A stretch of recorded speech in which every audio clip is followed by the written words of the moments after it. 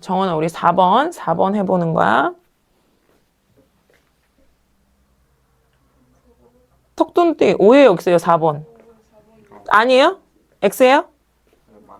맞는 거예요? 맞으니까. 아, 4번이 답이에요? 아니.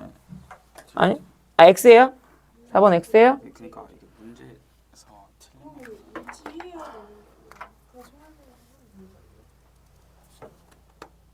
어? 아가 말을 해야지. 아가 잠깐. 아가 쟤는 또 왜 저렇게 돼 있어? 아이고 참말로.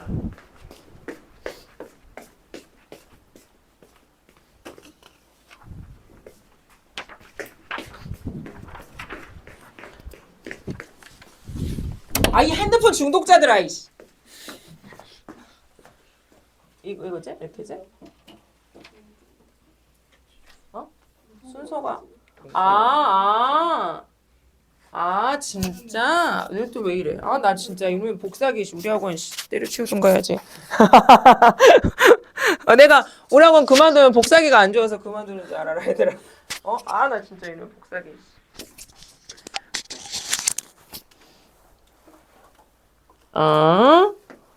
대체로 다 표시, 동그라미. 잠깐만. 오, 잘했네. 자, 나 좀 보세요. 우리 대체로 다 얘들아, 니네가 대체로 다 거의 다 X라고 했거든? X라고 한 사람이 많아요. 선생님의 뉘앙스가 X였어요, 혹시? 그건 아니에요? X예요, 확실히? 그러면 왜 X일까요? 뭐라고? 뭐가요? 무슨 말이에요? 일치해야 계약이 체결된다. 그럼 맞는 말이잖아.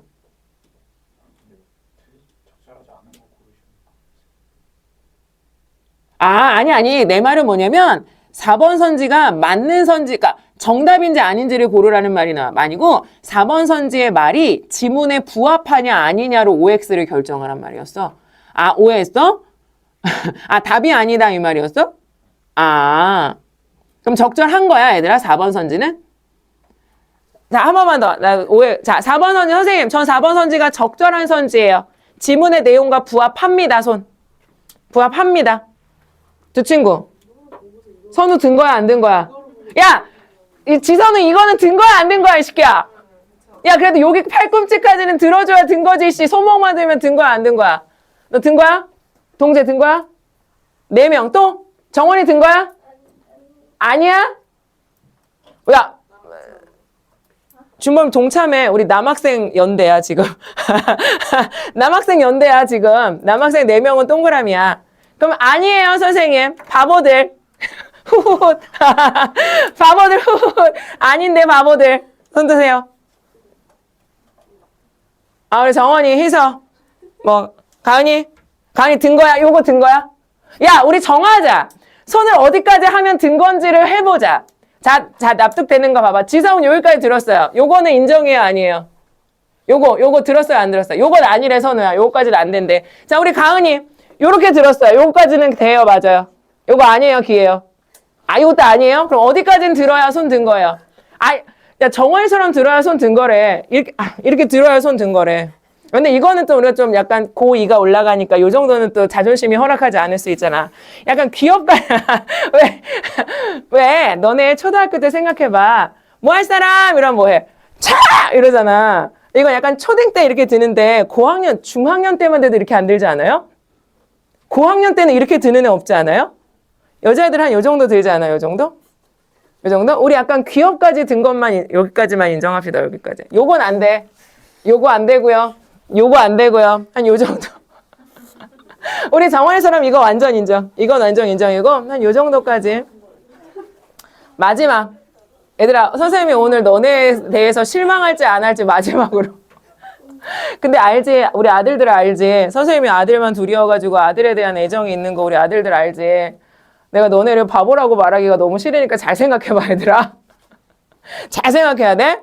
잘 생각해야 돼. 이 지문은, 이 선지는 지문에 부합한다, 손. 맞는 말이지. 지문에 이렇게 설명했지, 바보들아. 이러고. 아, 그래? 우리 남자친구들도 약간 눈치가 있어서? 아니야? 아, 근데 우리 석준이 지금 얼굴이 어떤 얼굴이냐면, 아, 씨발, 맞는데. 약간 이런 얼굴이야. 아, 씨, 나는 맞는데 석준이 왜 자꾸 저러지? 약간 이런 느낌이야. 그치? 그래서 얘가 지금 나를 되게 원망의 시선으로 보고 있어. 아, 씨, 이상하다. 씨, 맞는데. 약간 이런 느낌. 그럼 속으로 뭐라고 생각하냐면, 선생님, 상식적으로 이 말이 맞는 말 아니에요? 맞지? 난 너무 잘 알지, 석준아. 이상하다. 상식적으로 이게 맞는 말인데 저 선생님 왜 저러지 자꾸 약간 이런 느낌으로 나를 쳐다보고 있어. 난 정말 잘 알아. 왜냐면 얘들아, 선생님들이 딸들의 마음은 잘 몰라. 내가 여잔데도 우리 딸들이 무슨 생각하나 이건 잘 모르거든. 근데 아들들은 이렇게 얼굴을 보잖아. 너무 잘 알겠어. 지금 석준이가 내 맘 네 맘이야 지금. 이거는 맞아요. 여기까지 맞아요. 됐지? 그럼 같이 볼게요. 같이 볼게요. 결과만 알려주세요. 결과는 야, 이게 긴장감이 없지 않아요? 전혀? 이게 긴장감이 있는 대답이야? 정답은 지문과 부합하지 않는다. 따라서 이 5번의 정답은 4번이다. 이제 여기서 중요한 거. 여기서 중요한 건 왜요? 이게 중요한 거지, 이제. 왜요? 이게 중요한 건데 잘 봐봐요. 선생님이 얘를 두 개로 나누라고 했잖아, 얘들아. 나누라고 했어요. 이유는 뭐요? 어디까지 여러분 나누셨습니까? 그렇죠. 해석되므로까지 나누셨어요. 맞죠? 그리고 해석되므로까지는 맞는 말일까요? 틀린 말일까요? 거기까진 맞아요. 거기까진 맞아. 그래놓고 여기서 정신줄을 놓은 거야, 우리 석준이는. 그리고 뒤에를 읽었더니 당연한 말 아니야? 이렇게 생각했다고. 그래서 4번은 동그라미 이렇게 하고 넘어갔단 말이야. 맞는 말이 그러니까 부합하는 거지 이러고 넘어갔단 말이에요. 답은 4번이거든요. 그럼 이제 여기서 내가 나오는 질문이 뭐냐면 그럼 얘들아 얘는 왜 틀린데? 얘는 왜 틀린데? 일치해요. 그러니까 그게 왜? 교환 대상 사이의 값어치가 일치해야 계약이 체결된다라고 말했어. 이게 왜 틀린 말이냐고. 이게 왜? 선생님 느낀적인 느낌으로 틀린 말인데요 말고 왜 틀린 말이냐고. 책임을 져도 되는 거예요? 응? 책임을 져도 계약이 체결되는 거예요? 비슷해. 비슷해. 우리에서는 뭔가 느낌이 왔어 지금. 왔어 뭔가. 정원이랑 비슷한 거야? 아니요? 정원이 정원이 완전 다른 거야? 그래? 여기 완전 다 체크해놨는데. 그래? 이게 뭐냐면 모르고 맞추는 거야. 국어에 모르고 맞추는 상황인 거야. 들어봐봐. 선생님이 요 지문을 읽다가 참 문제를 잘 냈네 이렇게 생각했어. 자, 왜냐하면 얘가 두 개를 얘들아. 그래서 선생님이 정리를 해야 된다고 말하는 거야. 잘 봐봐요. 계약이 체결됐어요. 그쵸? 여기 지금 4번 선제 한 번만 다시 보자. 교환 대상 사이의 값어치가 일치해야 계약이 체결된다라고 말했잖아. 그럼 교환 대상 사이의 값어치가 일치하는 건 내가 너한테 1억 주면 관민이가 선생님한테 1억짜리 물건을 줘야 되는 거지. 맞아요? 그래야 계약이 체결이 되는 겁니다. 자, 그런데 지금 얘는 뭐가 체결된 상태예요? 계약이 이미 체결된 상태죠. 맞아요? 그런데 요 상황 있잖아, 얘들아. 요 상황은 내가 받는 물건과 내가 내는 돈의 값어치가 일치한 상황일까요? 일치하지 않는 상황일까요? 여기 요 상황. 여기 뭐라고 되어 있어? 여기 뭐라고 되어 있어? 담보가 뭐라 그랬어? 이 물건만큼의 값어치라 그랬잖아. 근데 지금 뭐가 되지 않는 상황이야? 담보가 되지 않는 상황이라고 말했잖아. 그럼 담보가 되지 않는 상황이라는 건 내가 관민이한테 1억 줬는데 얘는 나한테 얼마짜리 물건 줬단 얘기야. 값어치만큼이 아닌 물건 줬단 얘기잖아. 8천만 원짜리, 빚에는 8천만 원짜리 집 줬다는 소리잖아. 맞아? 그래도 이 계약은 유지돼, 파기돼? 이거 파기돼? 유지되지. 얘는 뭐만 하면 된다 그랬어? 매도인이 손해배상만 하면 된다니까? 얜 유지돼. 파기 안 된다고 얘들아. 여기 파기된다는 말 있어 없어? 없어. 나 손해배상하면 파기 안 돼요. 지문이 그렇게 나와 있는 걸 난 법은 모르지만. 내가 항상 이런 수업할 때 뭐라고 말해? 난 법은 몰라. 난 과학은 몰라. 난 경제는 몰라. 이렇게 말하잖아. 무슨 얘기야? 지문에 이렇게 나와 있다니까? 다시 계약이 인정됐어. 하자가 있지만 계약이 인정됐다고. 그럼 그건 뭐가 안 된다는 뜻이라고 해서 지문에서 뭐가 안 된다는 뜻이라고 그랬어. 담보가 안 된다. 값어치만큼이 인정되지 않는다라는 말이라고. 그럼 그때 뭐만 하면 돼? 물건 판 관민이가 나한테 손해배상만 하면 돼. 물건만큼의 값어치 못했다 그래도 뭐는 인정되는 거야. 계약 인정되는 거라니까? 이해가? 그럼 다시 질문 읽어봐. 다시 봐봐. 교환 대상 사이의 값어치가 일치해야만 계약이 체결된다고 했어. 하자가 있어. 그래서 물건만큼 내가 1억 줬지만 이 집은 8천만 원짜리 집이야. 그래도 이 계약은 뭐야? 체결된 상태 인정 그대로. 담보하지 못해도 인정돼. 뭐만 하면 된다고? 배상만 하면 된다고. 배상하면 다시 줄어들잖아요. 뭐가 줄어들어? 가치가 떨어져. 아, 얘는 또 오독을 한 거야. 무슨 얘기냐면 이 지문의 내용은 뭐냐면 이 석준이 말은 그 말이야. 선생님이 이 집 8천만 원짜리인데 1억 주고 샀는데 관민이가 2천만 원 주면 얘도 그 8천만 원 더하기 2천만 원에서 1억 준 거고 나도 1억 준 거니까 똔똔이잖아. 이 말하는 거지. 아니, 아니야? 그 말이 아니야? 1억 줬잖아요. 응. 근데 8천만 원짜리 집 줬으니까 응. 거기다가 추가로 손해배상해서 2천만 원. 그래 2천만 원 줬으니까 얘가 나한테 1억 준 거고 나도 쟤한테 1억 준 거니까 똑같은 거니까 그게 담보 아니야? 이 말인 거잖아. 근데 이 지문에서 담보는 무슨 의미야? 얘가 가진 집의 의미지 내 손해배상을 받는 내 손해배상액까지를 포함하는 개념이 아니잖아. 지문에서 담보라는 말은. 아니야? 맞지? 담보라는 건 뭐라고? 이 물건의 값어치라고 얘들아. 교환 가치라고. 그러니까 그 안에 손해배상액이 포함이 되어 있어 안 되어 있어? 담보라는 말의 개념에 안 되어 있는 거지. 이해 갔어? 그래서 뒤에 누구요? 담보 교환 대상 사이의 값어치가 일치해야 계약이 체결된다가 X인 거지. 일치하지 않아도 계약이 체결되는 상태가 누군 거야? 요 경우인 거지. 요 경우인 거지. 맞아요? 이거 여기 내가 담보 X라고 써놨기 때문에 이게 눈에 잘 보인 거야. 담보되지 않아도 계약이 체결된다. 이 말인 거잖아. 담보가 안 된다는 게 그만큼의 값어치가 아니어도 계약이 체결된다. 이 말인 거잖아. 맞아? 그래서 5번 답은 4번이 되는 거고 4번 뒷부분이 틀린 이유는 어디 지문에? 3번 문단의 뒷부분의 내용의 해석을 제대로 했어야 5번에 4번이라는 걸 확실하게 설명할 수 있다. 괜찮아? 아마 시험 보는 시험장에서 아이들 입장에서는 이것까지 다 이해하고 문제를 풀지는 못했을 건데 아마 선생님 생각에 고3 아이들 같은 경우에는 담보하지 않으면 값어치가 똑같은 게 아니지 않아? 요렇게 생각하고 4번이 틀리다고 찍었을 확률이 높아요.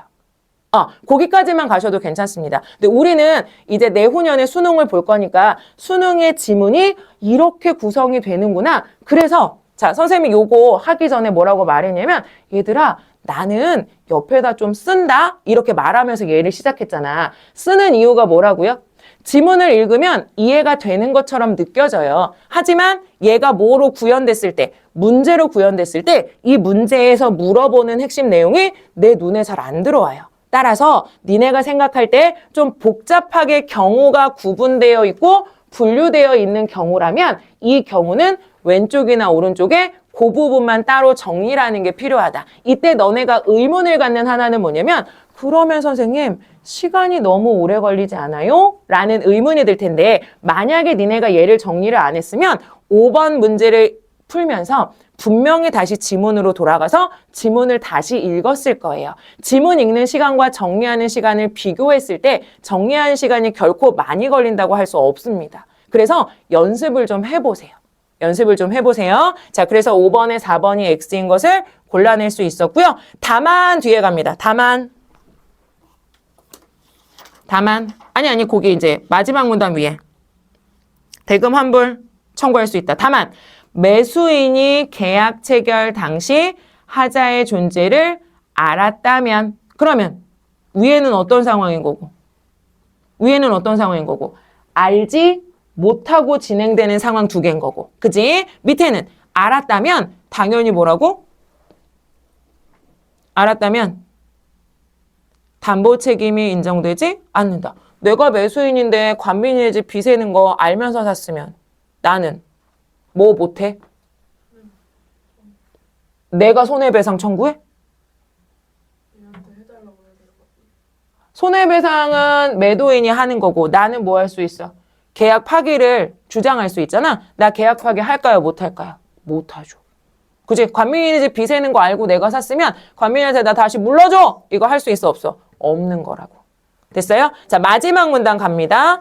마지막 문단 두요, 여러분. 마지막 문단 두요. 선생님 칠판 정리하는 동안 한번 읽어보세요. 다시.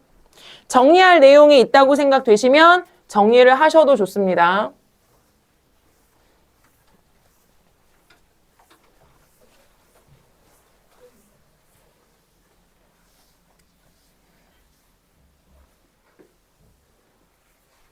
우리 희선은 수능 볼 때 정원이랑 옆자리에서 볼 거지. 옆자리에서 의논하면서 볼 거지.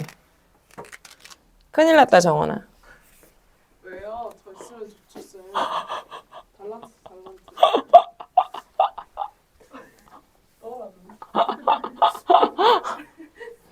우리 희사 너무 이게 종교적으로 그분이 나에게 뭘 주셨겠거니 이렇게 생각하시는구나.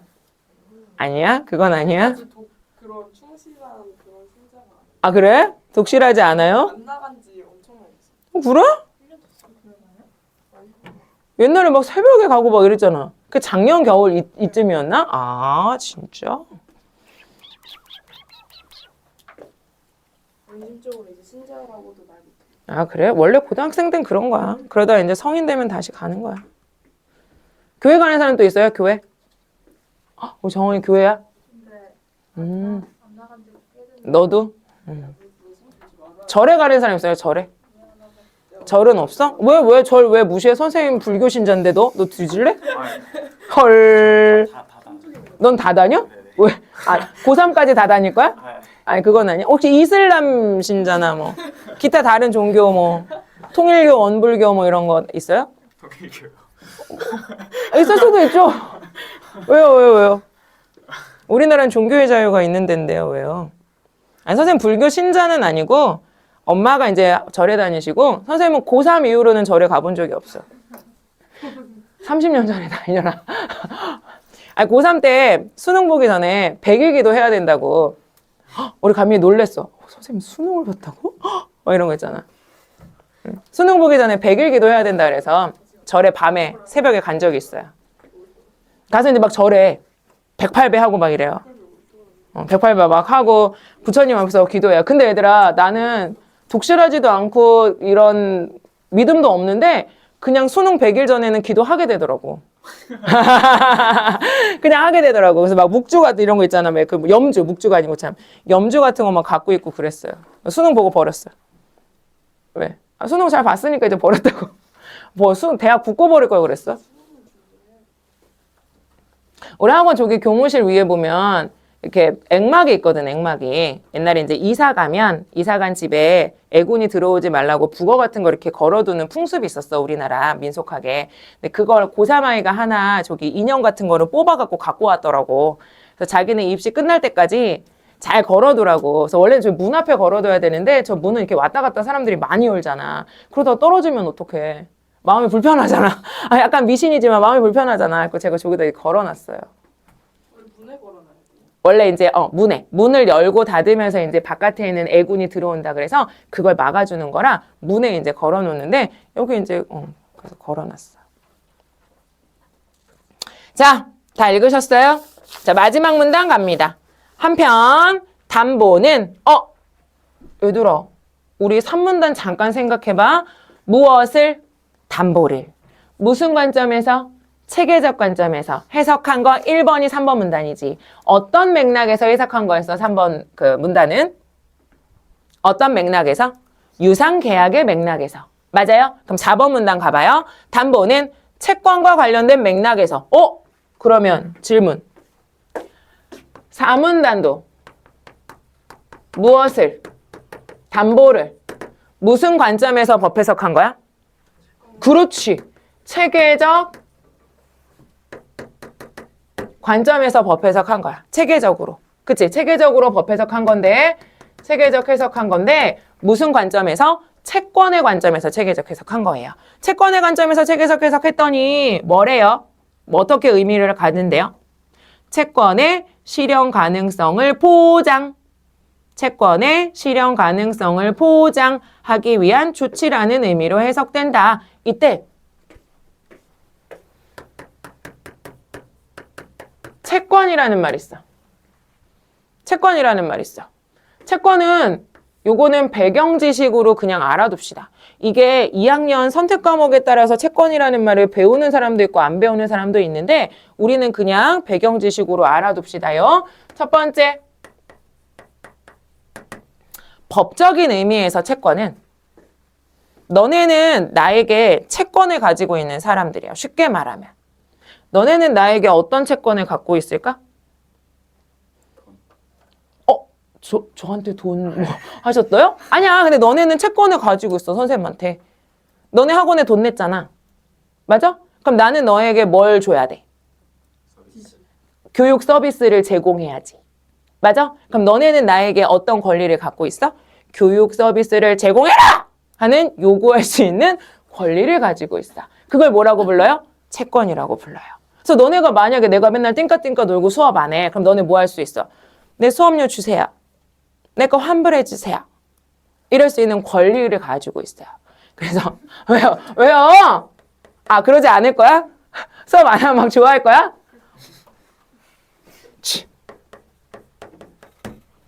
얘를 뭐 할 수 있는 이런 식으로 해석이 됩니다. 그런데 얘가 요거는 이제 작은 범위야. 서비스라는 건 범위가 좁은 거고요. 어떤 걸 요구할 수 있는 권리 전체를 뭐라고 부르기도 해요? 채권이라고 부르기도 합니다. 그럼 예를 들어서 석준이가 선생님한테 얼마 빌려주고 500원 빌려주고 나중에 아까처럼 저 500원 주세요 할 수 있는 것도 뭐라고 말할 수 있어? 채권. 그건 금전채권이라고 말할 수 있겠지. 맞아요? 얘 중에는 뭐도 있어요? 물건에 대한 채권도 있을 수 있지. 내가 나한테 뭐 빌려주고 샤넬백 엄마 거 훔쳐가지고 빌려주고요. 그거 할 수 있는 권리도 있는 거지. 이것도 채권이라고 이야기를 해요. 그래서 법적으로는 뭔가를 해주고 반대로 요구할 수 있는 권리를 채권이라고 부르는 거고 두 번째, 경제적으로는 이게 무슨 말이야? 그렇지. 뭐요? 얘로 뭐가 있냐면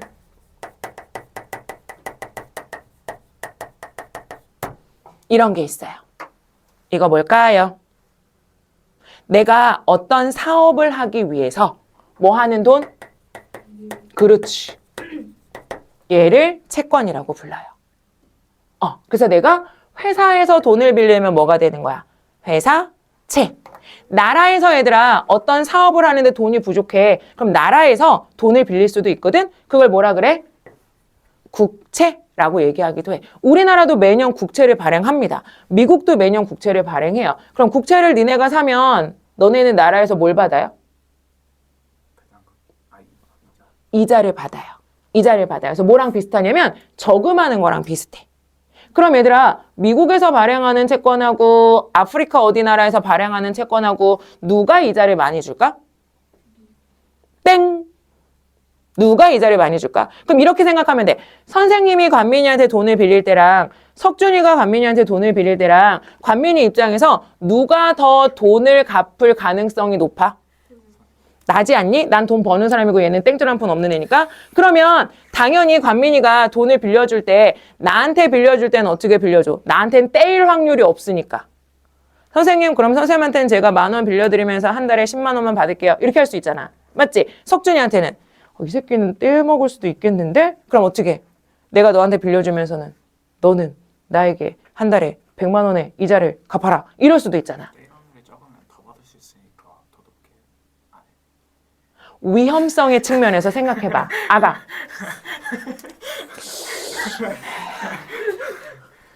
위험성의 측면에서 생각해봐. 내가 얘들아 투자의 기본은 뭐야? 얘네 봐라. 투자의 기본은 뭐야? 원금이 줄어들지 않아야 돼요. 원금의 훼손이 없어야 돼. 그래야 마이너스는 아니잖아. 근데 원금이 훼손될 가능성이 높아. 석준이한테 빌려주면. 그럼 얘한테는 위험성이 큰 거잖아. 그럼 위험성이 큰데 베팅을 하면 당연히 어때야 돼? 이자를 많이 줘야 되지. 대신에 나는 안정적인 수입처야. 그럼 나는 어때요? 안정적으로 얘한테 원금을 갚을 확률이 높으니까 나한테는 이자를 찔끔 받아도 그 이자 플러스 원금을 받을 수 있는 거잖아. 그러니까 미국의 국채는 이자가 그렇게 비싸지 않아요. 근데 어디는? 나라가 좀 위태로워. 나라가 좀 흔들려. 이런 나라들에서 발행하는 국채는 당연히 어떨 수밖에 없어. 이자가 높을 수밖에 없지. 그럼 우리나라가 얘들아 지금 발행하는 국채와 옛날에 계엄 시기에 발행하는 국채 중에 누가 이자가 비쌌겠어? 그럼 당연하지. 이 나라는 계엄됐다가 개망하면 어떡해. 그러니까 비싸게 이자를 줘야 되지. 그러니까 우리나라가 그때 국채를 발행하면 이자 비용이 너무 많이 올라가는 거지. 뭐 이런 얘기들이 있어요. 그래서 경제적으로는 이런 의미예요. 법적으로는 권리라는 의미를 갖습니다. 됐어요? 그럼 우리 지금 무슨 질문 하고 있으니까? 법 질문하고 있어, 경제 질문하고 있어. 법 질문하고 있잖아. 그러니까 얘는 뭐라고 생각하면 돼? 권리라고 생각하면 되지. 맞아요? 자, 그 다음에요. 채권의 실현 가능성을 보장하기 위한 조치. 그러면 다시 말하면 이 담보 무슨 말이라고? 내가 요구하는, 내가 얘한테 돌려받아야 되는 어떤 권리를 보장하는 거. 이게 담보라는 거지. 맞아요? 너네가 우리 학원에 돈을 미리 냈어. 내가 교육 서비스를 제공할지 안 할지 모르잖아. 그거의 담보는 누구야? 뭐 원장님이지. 원장님이 내가 교육 서비스를 제공하지 않으면 나를 잘릴 거 아니야. 다른 선생님 모시라고 하겠지. 뭐 그런 게 되는 거겠지? 자, 그럼 볼게요. 그 다음에요. 담보 물건에. 얘들아, 물건이라는 말 나오는데 그럼 물건은 뭐겠어? 물건 뭐겠어? 물건에 대한 권리지. 물건이라고 생각하면 돼. 담보가 되는 물건이 그 예의다. 담보 물건이 그 예의다. 금전채권은 금전채권 무슨 말? 돈이지. 돈은 채권자가 옆에 채무자로서 이런 말 있지. 채권자는 누구고 채무자는 누굴까요?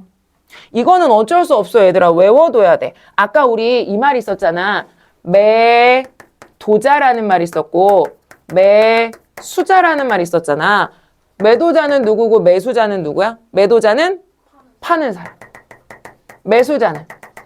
그렇지. 여기도 마찬가지야. 이거 정도는 얘들아 암기해줘야 돼. 여기 뭐라 그랬어? 채무자와 채권자가 있어.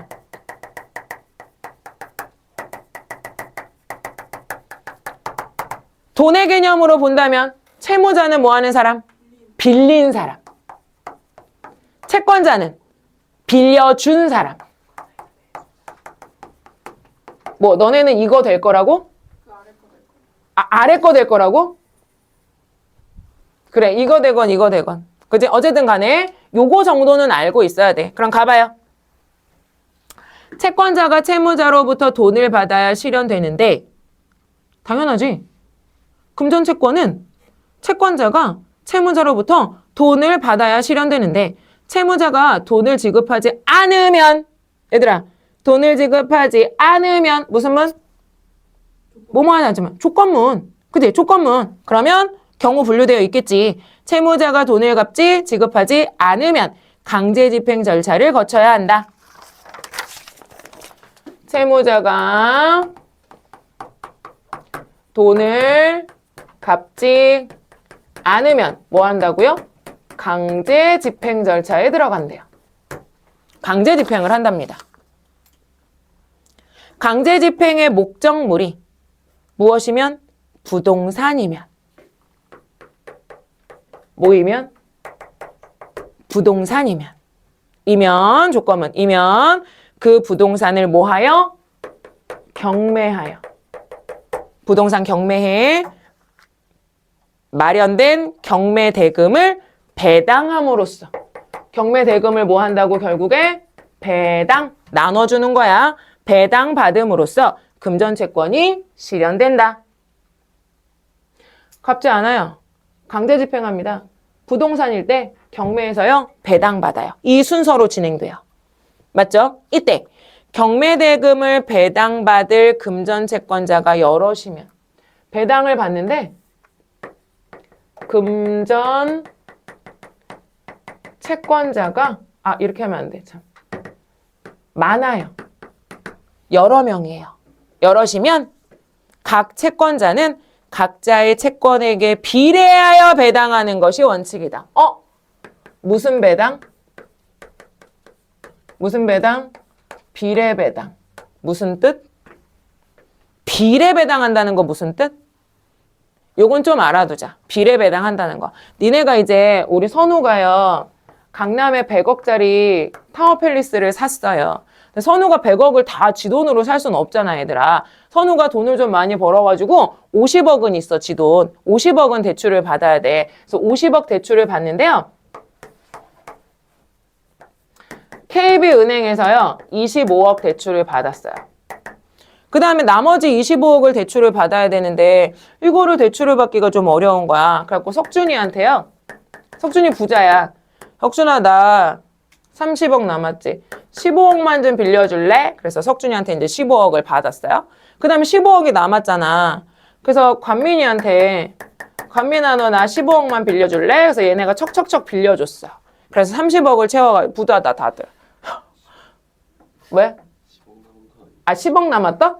그랬네? 관민이 10억밖에 못 빌려줘, 이 새끼. 자, 10억 빌렸다. 10억 빌려갖고 제가 5억을 또 자, 미안. 자, 이렇게 했어요. 그건 맞아? 맞네. 이렇게 해서 이제 100억짜리 타워팰리스 샀다고. 근데 이제 지선우가 망했어. 미안해, 선우야. 지선우가 망했어요. 그래갖고 얘가 KB은행에 이자를 못 냈어요. 그럼 뭐가 될까요? 파산 말고요. 이걸로 하세요. 이걸로. 이게 뭐니까? 타워팰리스. 뭐니까? 부동산이니까. 뭐 하겠어요? 경매하겠죠. 경매하면 얘가 팔릴 거 아니야, 얘들아? 근데 너네 알지만 경매를 하면 얘들아 원래 그 집의 시세보다 더 받기는 힘들어요. 그래서 예를 들어서 이 100억짜리 집이 얘들아 얼마에 팔렸어? 50억에 팔렸어. 10억에 팔렸다 그럴까? 지선은 확 망하게 해버릴까? 10억에 팔렸어요. 어떡하냐, 선우야. 큰일 났다. 10억에 팔렸어요. 그러면 KB은행, 석준이, 관민이 같이 망해요. 그쵸? 같이 망합니다. 10억밖에 안 남았어, 얘들아. 배당해야 돼. 금전 채권자 많지? 몇 명이야? 3명이지? 그럼 어떻게 된다고? 비례 배당된다고. 무슨 말? 빌려준 금액의 뭐만큼? 비율만큼 나눠 갖는다고. 맞아? 그럼 10억에 얘는 얼마 받아요? 니네 계산해줘. 얼마 받아야 돼? 그지? 5억 이것도 계산하기 불편하니? 얘는 얼마 받아야 돼? 3억이야? 얘는 얼마? 이렇게 되는 거야. 그러면 석준이도 망했고 관민이도 망했어요. 셋이 같이 이제 망하게 되는 겁니다. 요걸 뭐라고 부르냐면 비례배당이라고 불러요. 됐어? 그 다음 문장 읽어봐. 그러나. 그래서 여기 이렇게 갈래 가야 돼. 그러나 그 밑에 가봐. 채권자 중 담보 물건을 가진 자는 경매 대금에서 자신의 채권액부터 먼저 배당받는다. 이게 무슨 말이야? 담보 물권자가 있으면 무슨 배당 받는다? 그걸 우선 배당이라고 해요. 우선 배당이라는 말 자체는 몰라도 되겠지? 근데 이건 경제 용어기는 해. 우선 배당 받는다. 이게 무슨 말이야? 셋 중에 석준이랑 관민이는 야, 우리가 선우 친구인데 뭘 담보를 잡아. 내가 그냥 의리로 빌려줄게. 이랬단 말이야. 근데 KB은행은 지선을 언제 봤다고? 그래서 지선이한테 뭐 했어요? 야, 니네 집 그 100억짜리 그 집 내가 25억 빌려줬으니까 니네 집 담보로 잡을게. 이랬다고. 그러면 담보 물권자가 셋 중에 누가 되는 거야? KB은행. 얘가 담보 물권자가 됩니다. 왜냐면 내가 먼저 담보 물권자로 딱 들어가면 그 다음에 들어올 수는 없어. 그럼 차순위가 되는 거야. 그치? 1등 한 명이니까. 그럼 봐요. 선우네 집이 얼마에 팔렸어요? 10억에 팔렸죠. 석준이랑 관민이는 이제 거지가 됩니다. 왜냐하면 이 10억을 누가 다 가져가니까요. KB은행이 다 가져가니까요. 왜요? 얘가 빌려준 게 얼마니까? 25억이니까 10억 다 가져가도 얘는 손해잖아. 그럼 얘가 다 가져갑니다. 그러면 석준이랑 관민이는 받을 수 있는 돈이 얼마가 돼요? 빵원이 됩니다. 무슨 말인지 알겠어? 그래서 얘들아 경제지문에 뭐 많이 나오냐면 너네 전세 살 때 얘기 많이 나와. 너네 전세 사는 얘기 많이 나오거든. 관계지문에 보면 너네 전세 살면 뭐 해야 돼? 혹시 몰라요? 너네가 전세 살 리가 없어서 지금 아무 관심이 없는 거야? 너네 이렇게 독립하면 엄마가 다 이렇게 막 강남에 집 사주신다고 한 거야? 약속? 헐. 봐봐요. 전세를 살게 되면 얘들아 뭐 설정해야 돼요? 내가 이 집에 전세 산다는 뭘 해야 돼요? 신고를 해야 돼요. 전세 산다는 신고를 해야 돼. 자, 집주인이 있습니다. 이 집이 10억이에요. 근데 이 사람이 얘들아 자기 돈으로 이 집을 샀을 수도 있지만 뭐 해서 샀을 수도 있어. 대출 받아서 샀을 수도 있지. 한 절반만 대출 받았다고 해보자. 그럼 10억 집 중에요. KB은행에서 5억을 대출을 받았어요. 그런데 너네가 이 집에 뭐로 들어갈 거냐면 전세 세입자로 들어갈 거야. 근데 이 집의 전세가 지금 시세가 10억이니까 보통 전세가는 한 6, 70% 안에서 결정되거든, 정원아? 전세 살 일 없어? 우리 정원이? 그러면 이 집이 7억의 전세로 나왔다고 해봐. 그래서 우리 석준이 자꾸. 우리 동재가 말이야, 이 집에 7억의 전세로 들어갔어요. 그런데 7억에 들어가고 나서 동재가 너무 바빠가지고 얘들아, 전세 세입자 신고를 안 해놓고 있었어. 안 해놓고 있었어. 혹은 이 집은 사실은 해도 마찬가지야. 했다고 해보자. 그럼 동재가 얼마가 되냐면, 동재가요, 전세 세입자로 얼마에 들어왔어? 7억에 들어왔잖아. 맞지? 근데 얘는 대출받은 때부터 후순이기 때문에 만약에 이 집이 경매로 넘어가면 누가 담보 물권자가 돼? 이 집은 이 사람. KB은행이 담보 물권자가 돼. 그래서 만약에 이 집주인이 뭘 못 갚아가지고 이 집이 경매에 넘어갔어, 얘들아. 이 집이 경매에 넘어가서 경매가가 얼마가 됐어? 5억이 됐어. 그러면 우리 동재는 7억 받을 수 있어, 없어? 없어. 받을 수 없어. 그래서 너네가 나중에 전세 같은 거 들어갈 때 있잖아. 이 집에 대출이 얼마나 있나 이런 거 확인해보고 들어가야 돼. 나중에 독서 지문하다 보면 이런 얘기들도 나와요. 어쨌든 간에 지금 봐라. 마지막 교훈. 마지막 교훈은 뭐냐면 지금 이런 과정을 거쳐서 뭐가 되는데? 채권이 행사가 되는데 이때 경우가 몇 가지가 있다? 2가지가 있다. 어떤 경우? 채권자가 많아. 근데 뭐가 설정되어 있는 경우와 담보 물건이 설정되어 있는 경우와 그렇지 않은 경우가 나누어져 있고요. 여기는 그 문제가 안 나와 있지만 내신에서는 이거 무조건 문제화합니다. 어떻게? 경우 주고 계산하는 문제요. 경우 주고 계산하는 문제. 무조건 나오게 됩니다. 됐어요? 여기까지가 가번 지문입니다. 자, 그러면 4번 문제를 확정해 봅시다. 4번 문제 얘들아, 우리 아까 1번하고 3번인 것 같아요 라고 얘기했는데 뭐일 확률이 더 높아요? 1번일 확률이 더 높죠. 맞아요? 사례도 있기는 해서 완벽하게 아니라고 볼 수는 없지만 1번일 가능성이 높습니다. 나번까지 읽고 마지막 확정하면 되고요. 우리 아까 5번은 4번으로 이해했고요. 나머지 문제는 아마 아직 못 풀 겁니다. 그쵸?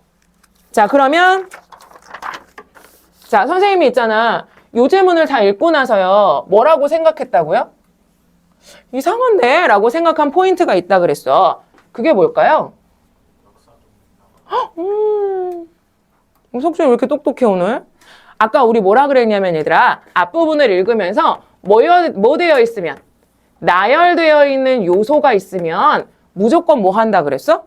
그 나열되어 있는 요소들을 다 설명해줘야 좋은 글이라고 말했지. 근데 너네 이 집은 잘 생각해봐. 자, 1문단에 무슨 얘기했어요?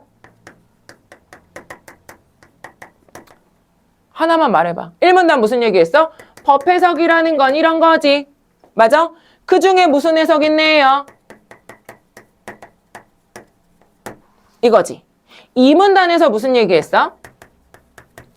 근데 이거 갖고 부족하니까 2개 더 있지. 2개 더 뭐였어요? 그렇지. 체계적 해석과 역사적 해석했지. 이거 얘기했지. 3문단에서 무슨 얘기했어? 내가 요거 두 개를 말이야. 요런 해석, 요 해석 세 개를 말이야. 어떤 관점에서, 누구를 통해서? 누구를 통해서? 계속 누구 얘기 나왔어? 두 글자. 디귿비읍. 그렇지. 담보를 예를 들어서 설명해 줄게 이랬다고. 3번 문단에서는 담보를 무슨 맥락에서? 담보를 무슨 맥락에서? 유상계약의 맥락에서 해석한 거. 맞아요. 4문단은요. 무엇을? 담보를 무슨 맥락에서? 담보를 무슨 맥락에서? 채권의 맥락에서 내가 설명해 줄게. 이 질문이었어. 크게 보면 틀이 이거야. 크게 보면. 나 법 해석에 대해서 얘기할 건데 법 해석은 1번, 2번, 3번 3개 있다. 이걸 설명하려고 나 누구? 담보를 예를 들어서 설명할게. 근데 담보 예를 들어서 유상계약의 맥락에서는 이런 얘기야. 담보를 예를 들어서 채권의 맥락에서는 이런 얘기야. 그러니 나 지금 3문단, 4문단에서 누구 얘기만 했더라? 체계적 해석에 대한 얘기까지만 했더라. 그러니까 내가 읽고 뭐라고 생각했다고?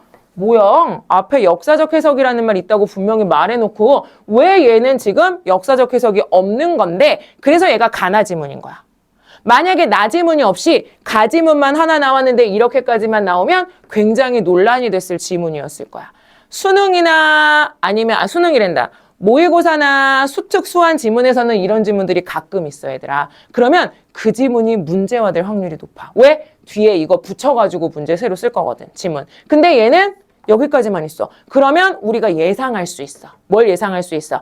나번 지문에 뭐가 나오겠구나. 응? 나번 지문에 뭐가 나오겠구나. 역사적 해석이 나오겠구나. 그럼 나번 지문은 어떤 것을 법으로 법 해석을 역사적 관점에서 해석한 거 나오겠구나. 어디 가냐면 나번 지문의 마지막 문단 가보세요. 나번 지문의 마지막 문단 가보세요. 가볼게. 연대 보증인에게도 보증인 보호를 위한 특별법이 적용되는지가 문제가 되는데 어떤 해석 방법을 따르느냐에 따라 결론이 달라질 수 있다. 위 법률 제2조가 그 적용 대상인 보증계약을 주 채무자가 금전 채무를 이행하지 않는 경우 그 채무를 보증인이 이행하기로 하는 계약이라고 규정하고 있으나 그 입법 과정에서 연대 보증인 보호의 필요성이 강조되었기 때문이다. 뭐요? 연대 보증인과 관련된 법 조항을 무엇의 관점에서? 입법 과정의 관점에서 해석한 내용이 들어가 있지. 그래서 마지막 문단에 뭐가 있어요? 역사적 해석이라는 관점이 들어가 있는 거지. 그래서 이 글은 무슨 글? 수능에 잘 쓴 글이라고 말할 수 있는 거죠. 됐습니까? 화장실만 잠깐 갔다 올까? 아니 내가 보내줄라 했는데 너무 금방 우리 석준이가 맞춰가지고 내가 째려보 좀 해줄게요. 갔다 와봐. 화장실만 빨리 갔다 와봐. 화장실 갈 사람 없어요? 없어요? 그래도 5분만 쉬어봐. 12분이지.